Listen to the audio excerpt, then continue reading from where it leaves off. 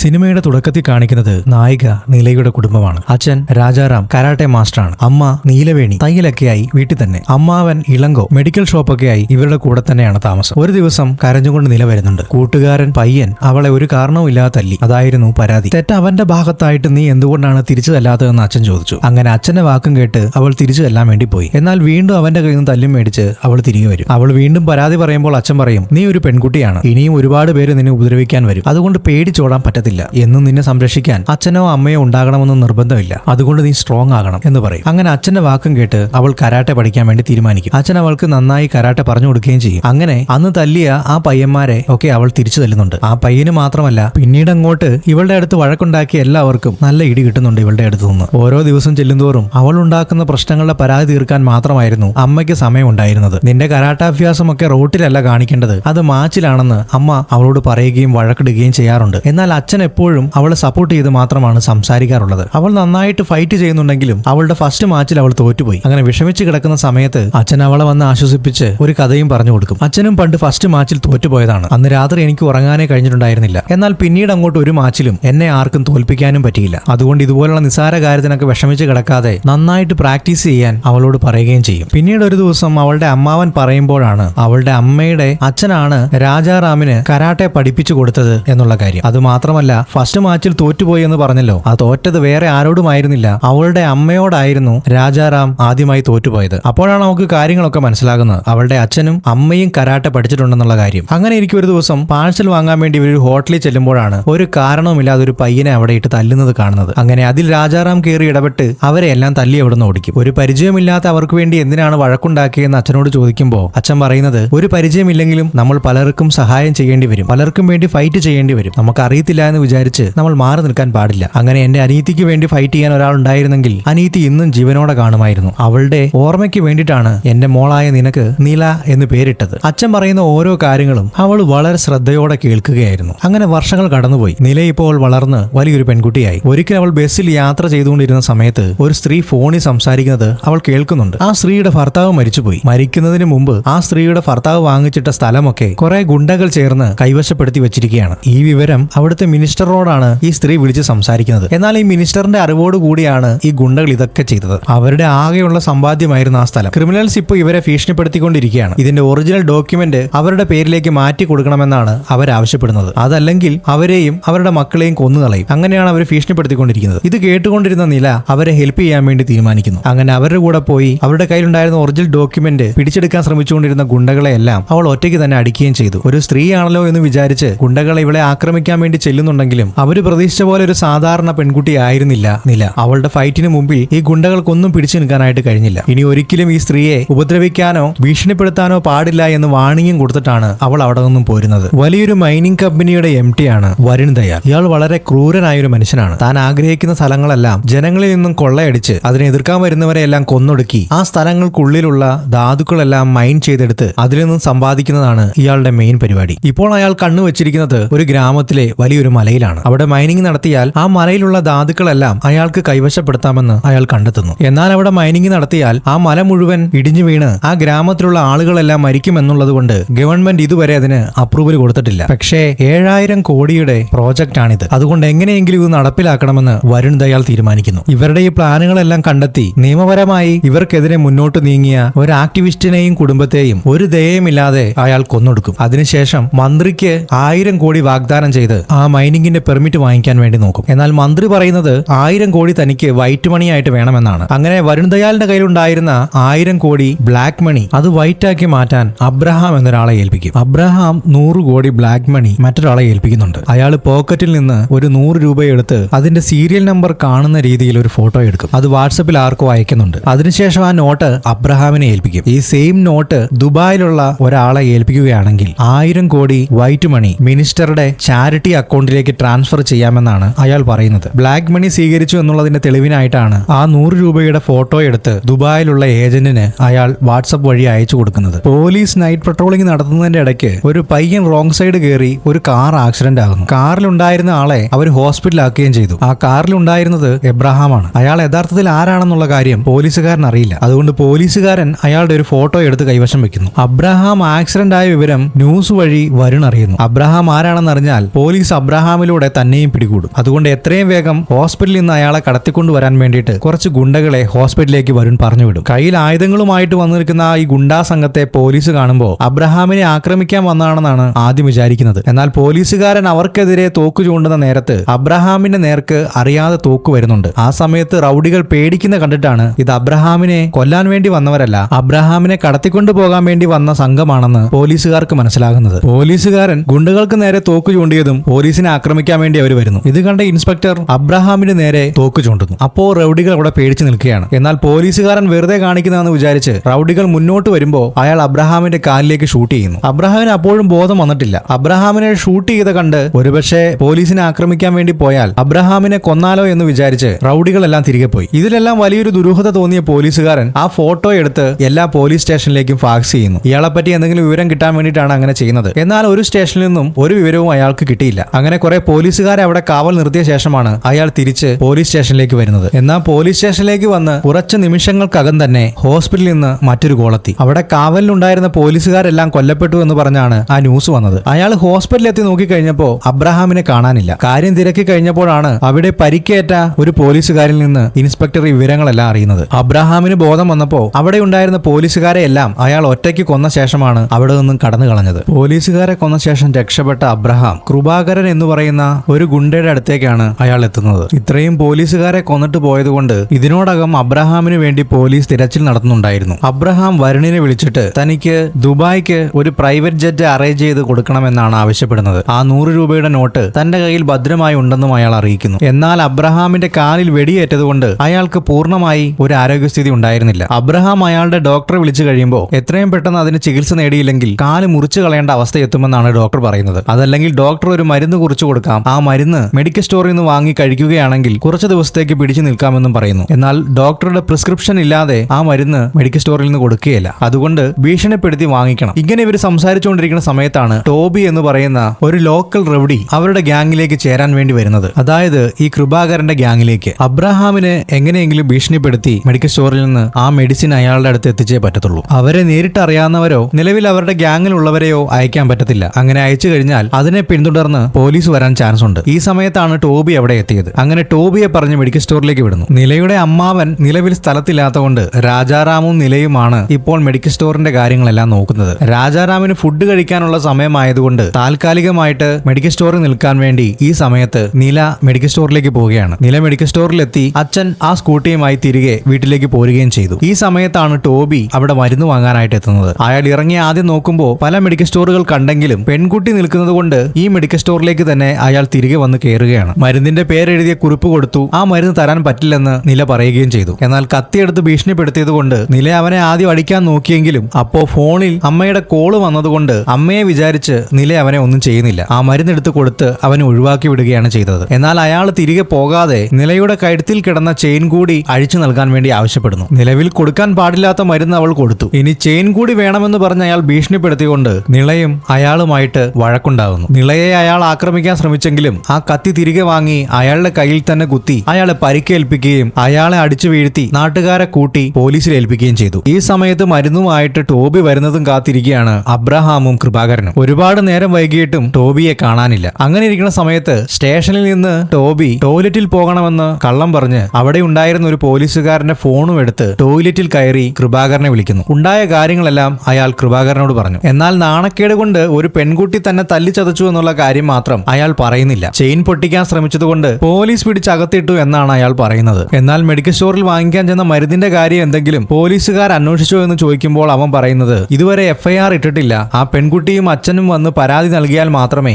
FIR ഇടത്തുള്ളൂ. അവര് വന്നാൽ മാത്രമാണ് പോലീസുകാർ ഇതിനെപ്പറ്റിയൊക്കെ അറിയാൻ ചാൻസ് ഉള്ളൂ. ഇതുവരെ ഞാൻ ഒന്നും പോലീസുകാരനോട് പറഞ്ഞിട്ടില്ല എന്ന് ടോബി പറയുന്നു. ഇവര് സംസാരിക്കുന്നതിന്റെ ഇടയ്ക്ക് തന്നെ ആ കോള് കട്ടാകുകയും ചെയ്യുന്നു. പോലീസുകാരെ ചോദ്യം ചെയ്തു കഴിഞ്ഞാൽ ടോബി മരുന്നിനെ പറ്റി പറയും. മരുന്നിനെ പറ്റി പറഞ്ഞു കഴിഞ്ഞാൽ അവർക്ക് മനസ്സിലാകും ഇത് വെടിയേറ്റ് കഴിഞ്ഞാൽ കൊടുക്കുന്ന മരുന്നാണെന്നുള്ളത്. അപ്പോൾ ആ സമയത്ത് ആ മരുന്നിന്റെ പുറകെ പോലീസ് വരാൻ ചാൻസ് ഉണ്ട്. പോലീസിന് പെട്ടെന്ന് തന്നെ ഇത് അബ്രഹാമിന്റെ ചികിത്സാ ആവശ്യത്തിന് വേണ്ടിയിട്ടുള്ള മരുന്നാണെന്ന് പോലീസിന് മനസ്സിലാകുകയും ചെയ്യും. അതുകൊണ്ട് ആ വീട്ടുകാർ വരുന്നതിന് മുമ്പ് തന്നെ ടോബിയെ പോലീസ് സ്റ്റേഷനിൽ നിന്ന് മാറ്റുകയോ ആ വീട്ടുകാരെ അങ്ങോട്ട് വരാതിരിക്കാൻ വേണ്ടി തടയുകയോ ചെയ്യണം. അങ്ങനെ കൃപാകരൻ ഈ വീട്ടുകാരെ പറ്റി ഒരു ലോക്കൽ ഗുണ്ടയോട് അന്വേഷിക്കുന്നുണ്ട്. അയാൾ നേരിട്ട് പോയി അന്വേഷിക്കുകയല്ല ചെയ്യുന്നത്, അയാൾ മറ്റൊരാളെ വിളിക്കുകയാണ് ചെയ്തത്. ആ വിളിക്കുന്ന സമയത്ത് അയാൾ ഒരു ഉത്സവത്തിന്റെ നടുവിലായിരുന്നു. ഭയങ്കര ബഹളമായിരുന്നുകൊണ്ട് അയാൾ പറയുന്നത് കേൾക്കുന്നില്ല. ആ കുട്ടിയുടെ അച്ഛൻ ആരാണെന്ന് ചോദിക്കുമ്പോൾ അവിടെ നിന്ന് അവൻ പറയുന്നത് അയാൾ ഒരു കരാട്ടെ മാസ്റ്റർ ആണ് എന്നാണ്. എന്നാൽ ഒരുപാട് ബഹളങ്ങൾക്കിടയിൽ കേൾക്കുന്നത് കൊണ്ട് ഹെഡ് മാസ്റ്റർ എന്നാണ് ഇയാൾ കേൾക്കുന്നത്. അതങ്ങനെ തന്നെ കൃപാകരനോട് വിളിച്ചു പറയുകയും ചെയ്യും. അങ്ങനെ കൃപാകരൻ ആ കുടുംബത്തിനെ തന്നെ ഇല്ലാതാക്കാൻ വേണ്ടി തീരുമാനിക്കുന്നു. അച്ഛനും മകളും പോലീസ് സ്റ്റേഷനിൽ പോയി കംപ്ലൈന്റ് കൊടുത്താൽ മാത്രമേ പോലീസ് തങ്ങളെ പിന്തുടരുകയുള്ളൂ എന്ന് മനസ്സിലാക്കിയ കൃപാകരൻ അവരുടെ വീട്ടിലേക്ക് 5 ഗുണ്ടകളെ അയക്കുന്നു. ഇതേ സമയത്ത്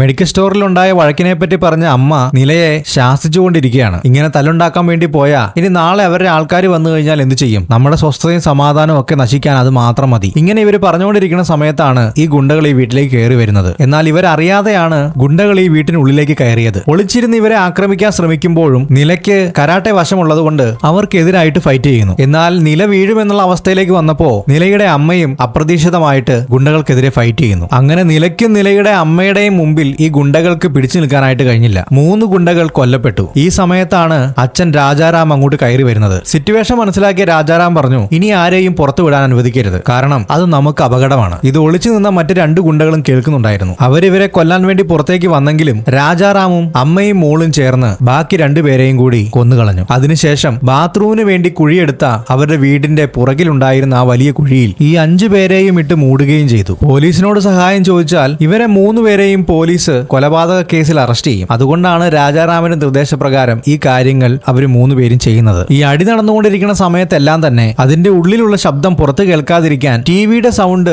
വളരെ കൂട്ടിവെച്ച ശേഷമാണ് രാജാറാം ഫൈറ്റ് ചെയ്തുകൊണ്ടിരുന്നത്. ഇതേ സമയത്ത് ഇവിടെ അബ്രഹാമിന് ഒരു കാര്യം മനസ്സിലായി. തന്റെ കയ്യിലുണ്ടായിരുന്ന പേഴ്സ് മിസ്സായിരിക്കുന്നു. അത് അവിടെ തിരഞ്ഞു നോക്കുമ്പോഴാണ് അതുപോലെ മറ്റൊരു പേഴ്സ് അവിടെ ഇരിക്കുന്നത് കണ്ടത്. എന്നാൽ അത് അബ്രഹാമിന്റെ പേഴ്സ് അല്ല. കൃപാകരനോട് അന്വേഷിച്ച് കഴിയുമ്പോഴാണ് കൃപാകരന്റെ അനുജന്റെ പേഴ്സ് ആണ് അതെന്ന് മനസ്സിലാകുന്നത്. അബ്രഹാമിന്റെ കയ്യിലുണ്ടായിരുന്ന പേഴ്സിന്റെ അകത്തായിരുന്നു ആ 100 രൂപ ഉണ്ടായിരുന്നത്. എന്നാൽ ആ പേഴ്സ് മാറി എടുത്തുകൊണ്ട് പോയ കൃപാകരന്റെ അനിയനെ നിലയും ഫാമിലിയും കൊന്ന് കുഴിച്ചു മൂടി. അതായത് ആ നോട്ട് ഇപ്പോ ആ കുഴിക്കുള്ളിൽ കൃപാകരന്റെ അനിയന്റെ പേഴ്സിന്റെ പോക്കറ്റിലാണ് ഉള്ളത്. ഇത് അബ്രഹാമിന് അറിയത്തില്ലല്ലോ. രാജാറാമിന്റെ വീട്ടിലേക്ക് പോയ ആരെയും ഫോണിൽ വിളിച്ചിട്ട് കിട്ടുന്നുമില്ല. അവരുടെ വീട്ടിൽ പോയി അന്വേഷിക്കാൻ വേണ്ടി കൃപാകരൻ നേരത്തെ വിളിച്ച് അയാളെ പറഞ്ഞു വിടുന്നുണ്ട്. അയാൾ ചെന്ന് നോക്കുമ്പോ ആ വീടിനുള്ളിൽ നിന്ന് സീരിയലിന്റെ സൗണ്ട് ആണ് വരുന്നത്. മാത്രമല്ല അയാൾ തിരികെ വരുന്ന സമയത്ത് ആ വീടിന്റെ കുറെ ദൂരെയായിട്ട് കൃപാകരന്റെ അനിയനും സംഘവും സഞ്ചരിച്ച വാഹനവും കണ്ടുകിട്ടുന്നു. അപ്പൊ ആ വീട്ടിലേക്ക് അവരെത്തിയിട്ടില്ലെന്നുള്ള നിഗമനത്തിലാണ് കൃപാകരൻ എത്തുന്നത്. അങ്ങനെയാണെങ്കിൽ പിന്നെ പോലീസ് ഇവരെ പിടിച്ചിട്ടുണ്ടാവും. ടോബിയെ കൊണ്ട് എല്ലാ സത്യങ്ങളും പോലീസ് പറയിപ്പിച്ചിട്ടുണ്ടാവും. അതിനെ തുടർന്ന് കൃപാകരനെ പിടികൂടാൻ വേണ്ടിയിട്ട് കൃപാകരന്റെ അനിയനെ പോലീസ് കസ്റ്റഡിയിൽ എടുത്തു. അതിനുശേഷം കൃപാകരനെയും പിടികൂടും. പിന്നീട്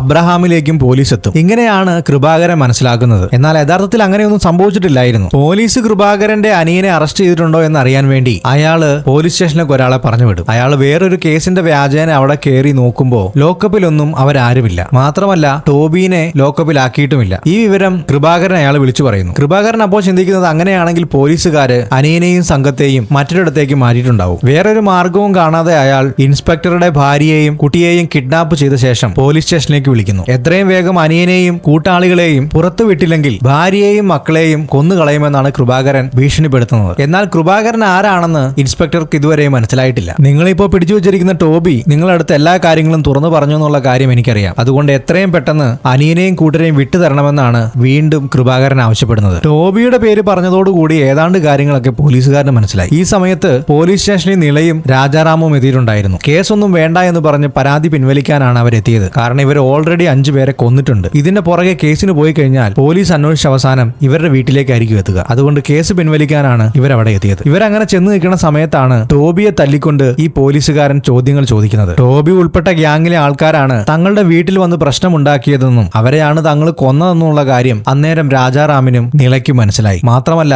ഇപ്പോൾ അവരെ വിട്ടുകിട്ടാത്തത് കൊണ്ട് പോലീസുകാരന്റെ വൈഫിനെയും കുട്ടിയെയും കിഡ്നാപ്പ് ചെയ്ത് അവരെ കൊന്നുകളയുമെന്ന് ഭീഷണിപ്പെടുത്തുന്ന കാര്യവും ഈ ചോദ്യം ചെയ്യലിനിടയിൽ ഇവര് മനസ്സിലാക്കുന്നു. ഈ സമയത്താണ് ഫാക്സ് കണ്ട് ഒരു IPSകാരൻ ആ സ്റ്റേഷനിലേക്ക് വിളിക്കുന്നത്. അയാൾ ഇബ്രഹാമിനെ പറ്റിയുള്ള എല്ലാ ഡീറ്റെയിൽസും ആ ഇൻസ്പെക്ടറിന്റെ അടുത്ത് പറയും. അയാൾ ഒരു അണ്ടർവേൾഡ് കിങ് ആണ്. എന്തെങ്കിലും വലിയ ഡീലുകൾ ഉണ്ടെങ്കിൽ മാത്രമേ അയാൾ വെളിയിൽ വരത്തുള്ളൂ. ബാക്കി എല്ലാ സമയത്തും അയാൾ എവിടെയാണെന്ന് പോലും ആർക്കും അറിയില്ല. ഒരിക്കൽ 14 പോലീസുകാർ അയാളെ എൻകൗണ്ടർ ചെയ്യാൻ വേണ്ടി പോയതാണ്. എന്നാൽ ആ ഉദ്യോഗസ്ഥരെ എല്ലാം കൊലപ്പെടുത്തിക്കൊണ്ട് അയാൾ ഒറ്റയ്ക്ക് അവിടെ നിന്നും രക്ഷപ്പെട്ടു പോയി. ഇപ്പോൾ അയാൾ വെളിയിൽ വന്നിട്ടുണ്ടെങ്കിൽ എന്തെങ്കിലും വലിയ ഡീൽ നടന്നിട്ടുണ്ട്. അതിനു വേണ്ടിയിട്ടാണ് അയാൾ പുറത്തു വന്നിരിക്കുന്നത്. ഈ വിവരങ്ങൾ അറിഞ്ഞ പോലീസുകാരൻ എല്ലാ രീതിയിലും ഊർജ്ജമായിട്ട് അബ്രഹാമിനെയും കൃപാകരനെയും അന്വേഷിച്ചിറങ്ങുന്നു. കൃപാകരന്റെ അനിയന്റെ ഫോൺ ട്രേസ് ചെയ്യാൻ വേണ്ടി ശ്രമിക്കുന്നുണ്ടെങ്കിലും നിലയും കുടുംബവും അവരെ കൊന്നു കുഴിച്ചു മൂടിയ ശേഷം ആ ഫോൺ പല സ്ഥലത്തായിട്ട് ഉപേക്ഷിക്കുന്നത് കൊണ്ട് ഇവർ ആ ഫോൺ ട്രേസ് ചെയ്തിട്ടും വലിയ ഗുണമൊന്നും ഉണ്ടാകുന്നില്ല. അബ്രഹാമിന് ഈ സമയത്ത് ഭ്രാന്ത് പിടിക്കുന്ന അവസ്ഥയായിരുന്നു. ആ 100 രൂപ നോട്ട് എങ്ങനെയെങ്കിലും കിട്ടിയേ പറ്റത്തുള്ളൂ. പറ്റത്തുള്ളൂ. അത് മാത്രമല്ല ഫാമിലിനെ അന്വേഷിച്ചു പോയ ആളുകളെ കാണാനുമില്ല. ഒരുപക്ഷെ പോലീസ് തങ്ങളെ തേടി ഇങ്ങോട്ടെത്താൻ ഇനി നിമിഷങ്ങൾ മാത്രമേ ഉള്ളൂ. ഈ കാര്യങ്ങളെല്ലാം വരുണിനെ അറിയിക്കാനും പറ്റത്തില്ല. തങ്ങളെല്ലാം ചേർന്ന് വരുണിനെ പറ്റിക്കുകയാണെന്നേ അയാൾ വിചാരിക്കത്തുള്ളൂ. കാരണം ഇത് 10 കോടിയുടെ ട്രാൻസാക്ഷൻ ആണ്. അത് തട്ടിയെടുക്കാൻ വേണ്ടി അബ്രഹാമും കൃപാകരനും ചെയ്ത് നടത്തിയ നാടകം മാത്രമായിട്ടാണ് വരുൺ ഇതിനെ കാണത്തുള്ളൂ. അതുകൊണ്ട് എത്രയും പെട്ടെന്ന് ആ നോട്ട് കണ്ടെത്തിയേ പറ്റത്തുള്ളൂ. അങ്ങനെ താൻ തന്റെ രീതിക്ക് അന്വേഷിക്കാമെന്നും പറഞ്ഞ് കൃപാകരന്റെ അടുത്തു നിന്നും എബ്രഹാം തനിച്ച് അന്വേഷണം നടത്താൻ തീരുമാനിക്കുന്നു. ഇവിടെ രാജാറാമും ഫാമിലിയും ആ ഇൻസ്പെക്ടറിന്റെ ഫാമിലി എവിടെയാണെന്ന് കണ്ടുപിടിക്കാനുള്ള ശ്രമത്തിലാണ്. ആ കുട്ടിയെയും ഭാര്യയെയും തട്ടിക്കൊണ്ടുപോയല്ലോ അവരെ. അങ്ങനെ രാജാറാം കരാട്ടെ ക്ലാസ്സിന് വന്നുകൊണ്ടിരുന്ന ഒരു കുട്ടിയുടെ അച്ഛൻ പോലീസുകാരനാണ്. അയാളെ വിളിച്ച് കാര്യങ്ങൾ തിരക്കുന്നു. അങ്ങനെ അയാളുടെ ഹെൽപ്പോട് കൂടി കൃപാകരന്റെ ലൊക്കേഷൻ മനസ്സിലാക്കിയാണ് പ്ലാൻ. അതിനു വേണ്ടിയിട്ട് രാജാറാം പോലീസുകാരന്റെ അടുത്തേക്ക് പോയി. ഈ സമയത്ത് അബ്രഹാം പോലീസ് സ്റ്റേഷനിൽ നിന്നും നേരത്തെ ഇറങ്ങിയ ഒരു പോലീസുകാരനെ ചോദ്യം ചെയ്തുകൊണ്ടിരിക്കുകയാണ്. അയാളെ ഇടിച്ചൊരു പരുവാക്കിയിട്ടുണ്ട്. എന്നാൽ ടോബി തന്നെ പറ്റിയോ തന്റെ ഗ്യാങ്ങിനെ പറ്റിയോ ഒരു കാര്യവും പോലീസിനോട് പറഞ്ഞിട്ടില്ല. മാത്രമല്ല കരാട്ടെ മാസ്റ്ററും മോളും വന്ന് ആ കേസ് പിൻവലിച്ചതുകൊണ്ട് ടോബിനെ വെറുതെ വിടാനുള്ള തീരുമാനത്തിലാണെന്നുള്ള കാര്യവും ആ പോലീസുകാരനിൽ നിന്ന് അറിയുന്നു. കരാട്ടെ മാസ്റ്റർ എന്ന് പറയുമ്പോഴാണ് അബ്രഹാമിന് ചെറുതായി ഒന്ന് സ്പാർക്ക് ചെയ്യുന്നത്. അങ്ങനെയാണെങ്കിൽ ഒരുപക്ഷെ ആ ഫാമിലി നേരത്തെ പോയ 5 പേരെ അപായപ്പെടുത്താൻ ചാൻസ് ഉണ്ട്. ആ പോലീസുകാരനെ കൊന്ന ശേഷം അബ്രഹാം നേരെ ആ ഫാമിലിനെ അന്വേഷിച്ചാണ് പോകുന്നത്. അതായത് നമ്മുടെ നായകന്റെ ഫാമിലിനെ. ഈ സമയത്ത് നിലയും അമ്മയും തമ്മില് സംസാരിച്ചുകൊണ്ടിരിക്കുകയാണ്. പ്രശ്നം വഷളാകുന്നതുകൊണ്ട് അവളെ കുറ്റപ്പെടുത്തിക്കൊണ്ടിരിക്കുകയാണ് അമ്മ. നമ്മുടെ കുടുംബത്തിന്റെ സമാധാനം എല്ലാം പോയി എന്നാണ് അവർ പറയുന്നത്. ഇവരിങ്ങനെ സംസാരിച്ചുകൊണ്ടിരിക്കുമ്പോഴേക്കും അബ്രഹാം അവരുടെ വീട്ടിലേക്ക് എത്തുന്നു. അമ്മ വാതിൽ തുറന്നതും മുമ്പ് വന്ന ഗ്യാങ്ങിനെ അന്വേഷിച്ചാണ് അയാൾ വന്നതെന്ന് മനസ്സിലാക്കുന്നു. ഇയാളും അവരിൽ പെട്ടതാണെന്ന് മനസ്സിലാക്കിയ അമ്മയും മോളും അയാളെ നേരിടാൻ വേണ്ടി തയ്യാറാകുന്നു. എന്നാൽ അയാൾക്ക് ഫൈറ്റ് അറിയാവുന്നതുകൊണ്ട് അമ്മയ്ക്കും മോൾക്കും അവരുടെ മുമ്പിൽ പിടിച്ചു നിൽക്കാൻ കഴിയുന്നില്ല. ഇവര് ഫൈറ്റ് നടത്തുന്ന സമയത്ത് ടിവിയുടെ വോളിയം കൂട്ടിയിട്ടിട്ടാണ് വീട്ടിനുള്ളിൽ ഫൈറ്റ് നടത്തുന്നത്. ഈ സമയത്ത് അയൽവാസി ഒരാള് രാജാറാമിനെ വിളിക്കുന്നുണ്ട്. എന്തിനാണ് ഇത്രയും വോളിയത്തിൽ ടി വി വെച്ചിരിക്കുന്നത്? അയലക്കൊങ്കാർക്കൊന്നും കിടന്നുറങ്ങണ്ടേ എന്നാണ് അയാൾ ചോദിക്കുന്നത്. വീട്ടിൽ ടിവിയുടെ വോളിയം കൂടിയെന്ന് കേട്ട രാജാറാം വീട്ടിൽ ഫൈറ്റ് നടക്കുന്നുള്ള കാര്യം മനസ്സിലാക്കി. അയാൾ വേഗം വീട്ടിലേക്ക് എത്തി. അങ്ങനെ അവര് 3 പേരും ചേർന്ന് അബ്രഹാമിനെ നേരിടുന്നുണ്ടെങ്കിലും അബ്രഹാമിന്റെ ഫൈറ്റിലും അയാളുടെ കഴിവിന്റെ മുമ്പിലും ഇവർക്ക് പിടിച്ചു നിൽക്കാൻ കഴിയുന്നില്ല. അത്ര എക്സ്പീരിയൻസോടെയാണ് അബ്രഹാം ഇവർക്കെതിരെ ഫൈറ്റ് ചെയ്തുകൊണ്ടിരിക്കുന്നത്. അവസാനം ഇവരെ 3 പേരെയും അബ്രഹാം ഇടിച്ചു നിലത്തിട്ടു. അമ്മയായ വേണീനെ കൊല്ലുമെന്ന ഘട്ടമെത്തി. ഈ സമയത്താണ് അമ്മാവന്റെ വരവ്. അമ്മാവനും കരാട്ടെ പഠിച്ചിട്ടുള്ള ആളായിരുന്നു. അമ്മാവൻ അബ്രഹാമിനെ ഇടിച്ചിട്ടു. ഈ സമയത്ത് ബാക്കി 3 പേരും എണീറ്റു. അവരുടെ ഉള്ള ശക്തിയെല്ലാം സമാഹരിച്ച് അവർ ഫൈറ്റ് ചെയ്ത് അവനെ പിടിച്ചു കെട്ടി. അതിനുശേഷം അവനെ ചോദ്യം ചെയ്തു കഴിഞ്ഞപ്പോ കൃപാകരന്റെ ലൊക്കേഷനും അവർക്ക് കിട്ടി. അങ്ങനെ അച്ഛനും മോളും കൃപാകരന്റെ അടുത്തെത്തി അവിടെ ഉണ്ടായിരുന്ന ആളുകളുമായിട്ട് ഫൈറ്റ് ചെയ്യുന്നു. അച്ഛന്റെയും മോളുടെയും മുമ്പിൽ അവർക്ക് അധിക നേരം പിടിച്ചു നിൽക്കാൻ കഴിഞ്ഞില്ല. അവരെല്ലാരും കൊല്ലപ്പെട്ടു. ഇനി ബാക്കിയുള്ളത് കൃപാകരൻ മാത്രമാണ്. ആ സമയത്താണ് വരുൺ അയച്ച ഒരാൾ കൂടി അങ്ങോട്ട് വരുന്നത്. അയാൾ ആ 100 രൂപ മേടിക്കാൻ വേണ്ടി അങ്ങോട്ട് വന്നതാണ്. അയാളെയും പിടിച്ചു കെട്ടി ചോദ്യം ചെയ്തു കഴിഞ്ഞപ്പോ അയാൾ പേടിച്ച് എല്ലാ സത്യങ്ങളും പറയുന്നു. നിങ്ങൾ ഞങ്ങളെ കൊന്നാലും ഞങ്ങൾക്ക് മുകളിൽ ഒരാളുണ്ട്, വരുൺ ദയാൽ. അയാൾ നിങ്ങളെ തേടിയെത്തും. നിങ്ങളെ വെറുതെ വെച്ചേക്കില്ല. നിങ്ങളുടെ കുടുംബത്തെ തന്നെ ഇല്ലാതെയാക്കും. ആ 100 രൂപ കിട്ടിക്കഴിഞ്ഞാൽ ഒരു പ്രശ്നവും ഉണ്ടാകില്ല. മര്യാദയ്ക്ക് തരുന്നതാണ് നല്ലതെന്ന് കൃപാകരൻ പറയുന്നു. ഇവർ പറയുന്ന കാര്യങ്ങൾ സത്യമാണോ എന്ന് അറിയാൻ വേണ്ടിയിട്ട് രാജാറാം അപ്പോൾ തന്നെ ഇളങ്കോയെ വിളിച്ച് വീടിന്റെ ബാക്കിൽ കുഴിച്ചിട്ടിരിക്കുന്ന കൃപാകരന്റെ സഹോദരന്റെ പോക്കറ്റ് പരിശോധിക്കാൻ പറയുന്നു. അങ്ങനെ അവർ പരിശോധിച്ചപ്പോൾ അവർക്ക് പേഴ്സ് കിട്ടുകയും ചെയ്തു. ആ 100 രൂപ ഇവർക്ക് തിരിച്ചു കൊടുക്കുകയാണെങ്കിൽ ഒരു വർഷേ പ്രശ്നങ്ങളെല്ലാം ഇവിടെ വെച്ച് തീരും. എന്നാൽ അതിൽ ഗ്യാരണ്ടി ഒന്നുമില്ല. കാരണം വില്ലന്മാരല്ലേ. 100 രൂപ തിരിച്ചു കൊടുത്തു കഴിഞ്ഞാൽ ആ ഡീല് കംപ്ലീറ്റ് ആകും. മിനിസ്റ്റർ ഉത്തരവ് കൊടുക്കും. അവരവിടെ മൈൻ ചെയ്യും. ആ മലയ്ക്ക് താഴെയുള്ള എല്ലാ കുടുംബങ്ങളും കൊല്ലപ്പെടും. അവിടെ വലിയൊരു ലാൻഡ് സ്ലൈഡ് തന്നെ ഉണ്ടാകും. ഇത്രയും കുടുംബങ്ങളെ നശിപ്പിക്കാൻ അവര് കൂട്ടു നിൽക്കുന്ന പോലെയാകും. അതുകൊണ്ട് ആ 100 രൂപ തിരികെ കൊടുക്കണ്ട എന്നുള്ള തീരുമാനത്തിലാണ് രാജാറാമും നിലയും എത്തിച്ചേരുന്നത്. അതുകൊണ്ട് ഈ കൃപാകരനെയും മാനേജറിനെയും കൊന്നിട്ട് അതിലൊരാളുടെ ഫോണിൽ നിന്നും പോലീസ് സ്റ്റേഷനിലേക്ക് കോൾ ചെയ്ത ശേഷം റൂമിൽ അടച്ചിട്ടിരുന്ന ഇൻസ്പെക്ടറിന്റെ ഫാമിലിയുടെ അടുത്തേക്ക് ആ ഫോൺ ഇട്ട് കൊടുക്കുന്നു. അവർ ആ പോലീസുകാരോട് സംസാരിക്കുന്നു. പക്ഷെ ഇവർക്ക് ഈ ഫോൺ ഇട്ട് കൊടുത്ത ആരാണെന്നും അവിടെ എന്താണ് നടന്നതെന്നും അവർക്ക് അറിയുമായിരുന്നില്ല. രാജാറാമും നിലയുമാണ് ഇതിന്റെ പിന്നിൽ നിന്നുള്ള കാര്യം ആരെയും അറിയിക്കാതിരിക്കാൻ വേണ്ടിയിട്ടാണ് അവരിതെല്ലാം ചെയ്തത്. പോലീസുകാർ അവിടെ എത്തിയപ്പോ ഈ റൗഡികളെല്ലാം അവിടെ കൊല്ലപ്പെട്ട് കിടക്കുന്നു. പിന്നീട് ന്യൂസിലൂടെയാണ് വരുണിന്റെ മാനേജർ കൊല്ലപ്പെട്ട കാര്യം അയാൾ അറിയുന്നത്. എന്നാൽ പോലീസുകാർക്ക് തന്നെ സംശയം തോന്നാതിരിക്കാൻ വേണ്ടി അയാൾ 3 ആഴ്ച ലീവിലായിരുന്നു എന്നുള്ള ഡോക്യുമെന്റ് തയ്യാറാക്കാൻ അയാളുടെ കമ്പനിയിലുള്ള ആൾക്കാരോട് പറയുന്നു. അന്ന് രാത്രി എന്താണ് സംഭവിച്ചതെന്ന് കണ്ടെത്താൻ വേണ്ടി വരുൺ ദയാൽ പോലീസുകാർ എത്തുന്നതിന് മുമ്പ് ആ സിറ്റിയിലുണ്ടായിരുന്ന എല്ലാ CCTVയുടെ ദൃശ്യങ്ങളും ആ ഷോപ്പുകളിൽ നിന്നെല്ലാം അയാൾ കളക്ട് ചെയ്തു. പോലീസ് എത്തിക്കഴിഞ്ഞപ്പോ പോലീസിന്റെ പേര് പറഞ്ഞ് വേറെ ആരോ വന്ന് കൊണ്ടുപോയി എന്നാണ് അവർ പറയുന്നത്. അങ്ങനെ വരുൺ ഇതെല്ലാം ഇട്ട് നോക്കി കഴിയുമ്പോൾ അതിലൂടെ അധികം ആളുകളൊന്നും പോയിട്ടില്ല. വളരെ കുറച്ച് ആളുകൾ മാത്രമേ പോയിട്ടുള്ളൂ. അതിലൊന്ന് സ്കൂട്ടിയിൽ പോകുന്ന രാജാറാമും മകളുമാണ്. ഒരച്ഛനും മോളും ആയതുകൊണ്ട് അവരെ ഒഴിവാക്കിയിട്ട് ബാക്കിയുള്ള ആളുകളെ എല്ലാം കസ്റ്റഡിയിൽ എടുത്ത് ചോദ്യം ചെയ്തു. അങ്ങനെ ചോദ്യം ചെയ്തുകൊണ്ടിരിക്കുമ്പോഴാണ് ഒരാൾ പറയുന്നത് അതിലൊരാൾ അവരെ കണ്ടിരുന്നു എന്നുള്ള കാര്യം. അയാളെ വ്യക്തമായിട്ട് ചോദ്യം ചെയ്തു കഴിഞ്ഞപ്പോ അത് ഈ രാജാറാമും മകളുമാണെന്നുള്ള കാര്യം അവർക്ക് മനസ്സിലായി. അവർ കരാട്ടെ ഫാമിലി ആണെന്ന് മനസ്സിലാക്കിയത് കൊണ്ട് ഒരുപാട് ഒരുപാട് ആളുകളെ അവരുടെ വീട്ടിലേക്ക് അവരെ കൊല്ലാൻ വേണ്ടി വരുൺ പറഞ്ഞു വിടുന്നു. എന്നാൽ വരുണിനെ കൊല്ലാൻ വേണ്ടി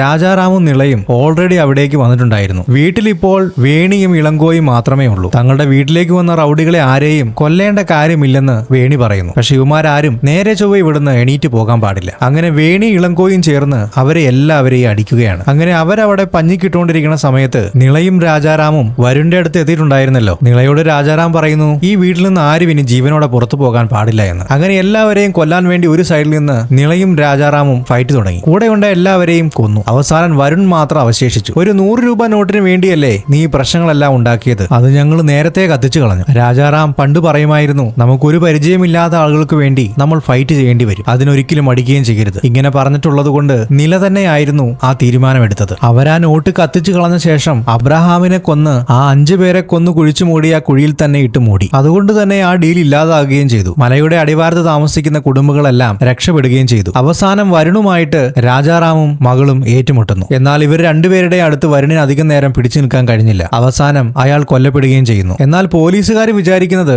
വരുണിന്റെ മാനേജറിനെ കൃപാകരനും സംഘവും കൊന്നത് കാരണം കൃപാകരനെയും സംഘത്തിനെയും വരുണിന്റെ ആൾക്കാർ കൊന്നു പകരം വീട്ടി എന്നാണ്. അതിന്റെ കാരണം എന്താണെന്ന് ചോദിച്ചാൽ വരുണിന്റെ ആൾക്കാര് ആ ക്രൈം നടന്ന സമയത്ത് അവിടെ ഉണ്ടായിരുന്ന CCTV ഫുട്ടേജ് എല്ലാം കളക്ട് ചെയ്യുന്നതിന്റെ എവിഡൻസ് പോലീസിന് കിട്ടിയിട്ടുണ്ടായിരുന്നു. അങ്ങനെയാണെങ്കിൽ ഇതിനെല്ലാം പിന്നിൽ വരുൺ ദയാൽ ആയിരിക്കും. അയാളെ അറസ്റ്റ് ചെയ്യാൻ വേണ്ടി പോലീസ് തുടങ്ങുന്ന സമയത്താണ് മറ്റൊരു ന്യൂസും അവർ കാണുന്നത്. വരുൺ ദയാൽ കൊല്ലപ്പെട്ടു. എന്തൊക്കെയാണ് ഇവിടെ നടക്കുന്നതെന്നുള്ള കാര്യം പോലീസുകാർക്ക് ആർക്കും മനസ്സിലായില്ല. ഫൈറ്റ് നടന്ന ഒരു സ്ഥലത്ത് നിന്നും ഇവർക്കൊരു ഫിംഗർ പ്രിന്റോ മറ്റ് എവിഡൻസ് ഒന്നും ഇവർക്ക് കിട്ടിയിട്ടുണ്ടായിരുന്നില്ല. മാസങ്ങൾ കടന്നുപോയി. കേസ് ഇപ്പോഴും സോൾവ് ആയിട്ടില്ല. രാജാറാമും കുടുംബവും അവരുടെ നോർമൽ ലൈഫ് കണ്ടിന്യൂ ചെയ്യുന്നു. ആ കൊലപാതകങ്ങൾക്കെല്ലാം പിന്നിൽ ആരാണെന്നുള്ള കാര്യം ഇപ്പോഴും പുറം ലോകം അറിഞ്ഞിട്ടില്ല. കഥ ഇവിടെ അവസാനിക്കുകയാണ്. നിങ്ങൾക്കെല്ലാം ഇഷ്ടപ്പെട്ടു എന്ന് വിചാരിക്കുന്നു. ആക്ഷൻ സിനിമ ആയതുകൊണ്ട് എന്റെ വിവരണം എത്രത്തോളം നന്നായി എന്ന് എനിക്കറിയില്ല. എന്തു തന്നെ ആയിരുന്നാലും നിങ്ങളുടെ അഭിപ്രായങ്ങൾ എന്നെ അറിയിക്കുക. മറ്റൊരു നല്ല വീഡിയോയുമായി നല്ലൊരു കഥയുമായി ഞാൻ വീണ്ടും വരാം. ഒരു കാര്യം കൂടി, ചാനൽ സബ്സ്ക്രൈബ് ചെയ്യാത്ത കൂട്ടുകാര് ചാനൽ സബ്സ്ക്രൈബ് ചെയ്യുക. വീഡിയോ ഇഷ്ടപ്പെട്ടാൽ ലൈക്ക് ചെയ്യുകയും ചെയ്യുക.